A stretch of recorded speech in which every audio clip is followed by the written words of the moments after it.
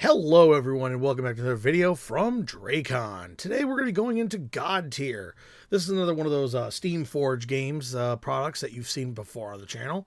If you haven't, go check them out. I have done two different packs in the past. One was the, I think, Dragon Princess, and then the other was a kind of Forest Spirit. I will use those today as I got to use those for size comparison. But looking at this box, it's a pretty cool box that caught my attention. We got this lovely scythed figure here. Two different Cerberi, and I'm assuming a Cerberi chibi on a pedestal. I think it's supposed to be some type of marker or something like that. But let's take a look at the artwork on the back of the box. So here we have a shot on the back of Godtear. This is Styx, Lord of the Hounds, and Abyssal Hounds. Really weird how they gave him two different, why didn't they just say hounds in general? Would have been probably easier. And now when they say Styx, it makes me think of the Styx from the river Styx from, Greek mythology and such like that, and all those other mythologies of Styx, the man of the fairy. I mean, heck, even D&D has a Styx level, demon, which I believe is the Mariloth? I could be out wrong off the top of my head. It's been a while since I looked at the Yugoloth line, but it's kind of interesting how every kind of game wants to keep making this sort of a Styx character, whether it's a boatman or in this case a Grim Reaper looking character who rules over Cerberis and other hounds. So this is quite unique, and I gotta say, I gotta love these products from Steam Forge for this Godtear series. They're pretty good miniatures. I like the box art because I love the whole front cover where you can look in and see the models. So you look at what their sculpts are going to truly look like, which is nice. But, enough going over the outside. Let's get around to the inside. Okay, first up we have these little Styx cards. I'm just holding it there because it's Styx. It's really simplistic in what it is, and it's okay. So first up we have this lovely little, I want to call this a token. I know some of the characters do come with their own little miniature that's really small in the medium class with them. With the Dragon Princess, if you remember that video, guys, it was a little hatchling dragon. For the Forest Queen or Fairy Lady, it was a small little, I want to call it a stump with a little butterfly on it. But for here we're getting an actual little kind of Cerberus puppy. And sorry about that little bit of a sheen. If for some reason this green plastic is giving that kind of light reflection, which I'm not used to. I did not see that coming. But anyway, moving past it, it still is a pretty cute little dog. You could easily use this actually for someone who wants to use a Cerberi pup as their familiar. Be kind of different and unusual. Maybe if the ranger's I want a dog, but I don't want a normal wolf. I don't want a normal dog. I don't even want a fox. I want something very unique. You can use it to be a nice representation for a Cerberi puppy as well, since there really are no puppy Cerberi in the game. Be kind of cool. And since the last Cerberi mini I saw was from, let's see, I believe it was Pathfinder, was sort of a naked, skinless muscle dog Cerberus. This would be kind of a nice change. And I like the pedestal. The pedestal's kind of cute underneath it, for even though it's like that. I mean, it's really nice. So next up, we have these two Cerberi. These are the, kind of, I guess you'd call them the minions or the beasts of the pack. And they're pretty cool. I like the two different sculpts for three-headed Cerberus dogs that are all large class. So that's fine. I know some people think Cerberus should be a huge class, but I'm actually okay with them being large class. This makes them more of a usable creature. Because making a doorway big enough to hold a huge creature is a more pain in the work than it is to make it so a large creature can walk through. And I mean, we've seen direwolves and wargs and bears, and those can be pretty powerful being only large class creatures. And these things, man, I love the sculpt on them. They're really nice. Again, sorry for the weirdness. For some reason, it's this green material. It doesn't like showing up well. I've done it with the others. It just doesn't like green material. I'm not sure. Maybe it's also because there's no color in these minis. They're so monotone that maybe that's why they're making the strange effect of the lights. But they are still really cool. As you can see, they do have some little fur detail going on. And honestly, I think these would be really good for any campaign. If you can get them without the pack, I would definitely recommend it, because these things are just cool. And honestly, I just love their look. They're these giant, aggressive, three-headed wolves, basically. They're not even really dogs. These look more like a wolf. Or a shepherd at most. But I think the cool thing is painting them up. I'm probably going to paint these very uniquely, and one being more hellhound inspired and one probably being more wild. Because I can see a reason why a Cerberi can't exist naturally in nature, but I can also see why you would definitely want these as a guardian of the hell type thing, like with the Greek mythology of Cerberus. And with their master, who we'll be getting to in a second here, I think these are some really good models. Let's get to their boss, though, shall we, and get him on that turntable. Here he is, the man, well, actually, not even sure if he's man, ghost, demon, or whatever, but the spectral being Styx. Now, some people see Styx as a god of the undead, which is totally not the case, but I think it'd be really cool if you made him a powerful being. Heck, you could use as a representation of the Grim Reaper. I've seen models of him before in the past, of a Reaper-esque character. I believe I even got one from another set in the past. And it was okay, but this one, I love his stance. The Reaper, the scythe itself looks different. It doesn't look like a scythe I'd be using to cut grain out in a field. I know a lot of people like to see that on the Reaper, but I actually like this more stylized scythe. Because, like, if it looks like a scythe I'm going outside and cutting grain with in a field, that doesn't really scream to me I'm going to be harvesting your soul. This dude stands up and looks at you. You're thinking, oh God, he is taking my soul. I am doomed. Better pray to whatever god I pray to in D&D and hope he gives me some, clerical wisdom or some type of way not to be taken, because this guy is going to take your soul and cut you in half.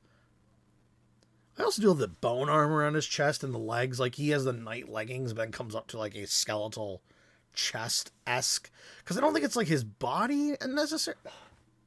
I mean, it might be. You see, like, he's got it incorporates his rib cage into armor on his body, so you don't know if that's like his ribs or armor. But when I paint this guy, those are definitely getting bone coloration. I'm doing as much bone coloration on this bad boy as possible. I might even try to put some like eyes on the inside of his hood, which, as small as his head is and the way the hood's based, it will be difficult to get some eye dots in there for him, but I'm gonna try.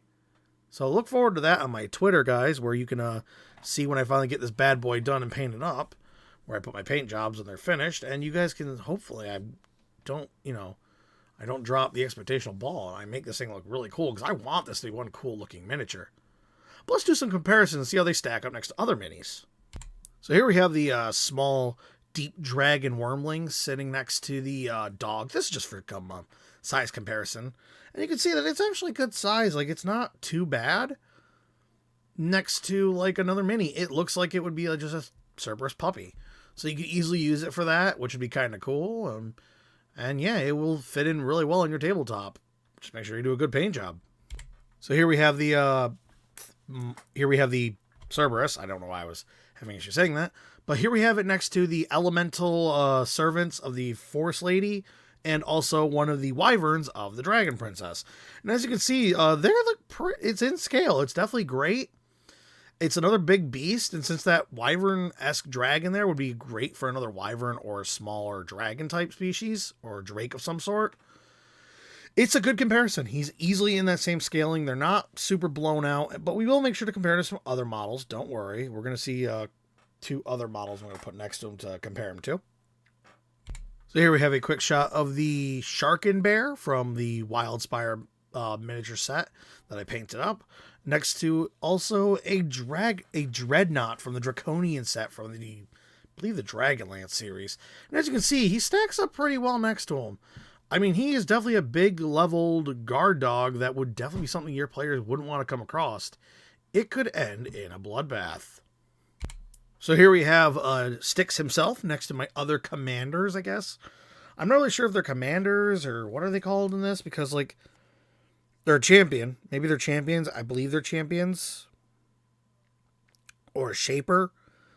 I'm not sure what Godtear's rules are, but, like, here they are next to the other three I have, which was the forest pixie mom, I guess, or fairy mother. And then we have, like, the dragon duchess over there. And as you can see, he's actually pretty much in the middle. Now, granted, he's only shorter than the fairy queen because she's got the whole little floating effect and flight going on. But otherwise, he would be the tallest guy there. The dragon queen, she's a little bit on the shorter side. But granted, considering in this world, she's considered human or part dragon or whatever. I'm not really sure how the lore on her goes. But I think they make a very nice set, and maybe I will someday get into Godtear and try to play it. I'm never certain, because I don't know of anyone else who plays this game. Or maybe I'll have to look at the rules and let someone else borrow one of my little troops here, and maybe I'll try this game. I mean, it's like Warhammer. At some point, I'm going to give this stuff a try and actually play through these long set of rules that are different than what I'm used to. But until then, though, I'm going to definitely use them for great miniatures to paint up, make them look cool, and use them on that tabletop. And I would have to say, I'd give this set... Now, I got this set on Amazon. It was around, surprisingly, it was on sale. Now, I'm not sure if Godtear stuff just doesn't do well, or Steamforge just loves to throw their stuff on sale. If it's both, that's awesome. Because I love how Steamforge just keep making their stuff for sale, because that's how you get their awesome miniatures like the Dark Souls stuff, and the Bloodborne, and all those other things they get access to make. Because they do a really good job of getting some lovely details on these models. And I have to say, these are easily, yes, a different plastic material than like WizKids uses or Pathfinder, but dang, it's a little solid. It's still a slight better flexibility than like say Warhammer, because like you're not snapping pieces off. And the great thing is you got a little bit of solidify, so you're not getting so much bendy weapon syndrome. So it all works. It's great. I gotta say, and now getting back topic, price wise, I actually got this for around like $12, which I gotta say, for 4 good models that are good for the tabletop. And, like, you know, in the situation, that's not bad. Because right after, there was a coupon for 10% off, which dropped down to 10. Surprisingly, after everything. Like, it was $10.90. It was like $10.99. Took $2 off. I was like, dang, I'll take that, you know, easily all day long. $10 for 4 lovely models like this? Dang. That's awesome. The price on that makes it so worth it. I mean, for $10, I could not get a 4-pack of anything from WizKids. You'd be lucky just to get a single pack of, like, I don't know, wild boars or something like that. Or, like, if you guess their larger model where it comes as a single model. I'd have to buy all of these separately if I was getting them from WizKids based on how they sell them at stores. Where, like, say you go, oh, here's a ogre single in the pack. Cool, he's around $10. Okay? So I'd have to buy, like, what, 3 of them since each Cerbri is large? And I guess a small pup would be part of a smaller pack. So maybe he'd be doubled. But still, it's like, you know, in the end, dang. It's a great deal for the price. And I got to give Steamforge a good little huzzah on this one. Because even the cards themselves that they come with look pretty nice. I mean, I'm keeping them, but I don't really plan to use them until I ever get around to playing this game. But until that day comes, they're going in the card box. But anyway, guys, that's all I've got for you today. If you stayed and watched the whole entire video, I thank you very much. And if you guys want to help the channel and, you know, support, definitely make sure you do by hitting that like button. Make sure you join up if you haven't and subscribe, because that way you're not missing out on any content I slap out there. Yes, we all know YouTube's algorithm is a little bit on the wonky side, but hey, I've learned to just kind of say roll with the punches and keep going. Because, you know, that's the only way you're going to get around to hopefully getting into the algorithm spotlight. And make sure you slap a comment down below, even if it's a question, idea, comment, or you just want to say, man, that's cool, or man, where did you get those things, in case you didn't see in the video. Or if it's like, do you think I should use this for a certain campaign? Whatever you want to throw, guys, I'll answer back or give you a thumbs up. Anyway, that's all I've got for you. I'll see you next time, guys, and bye-bye.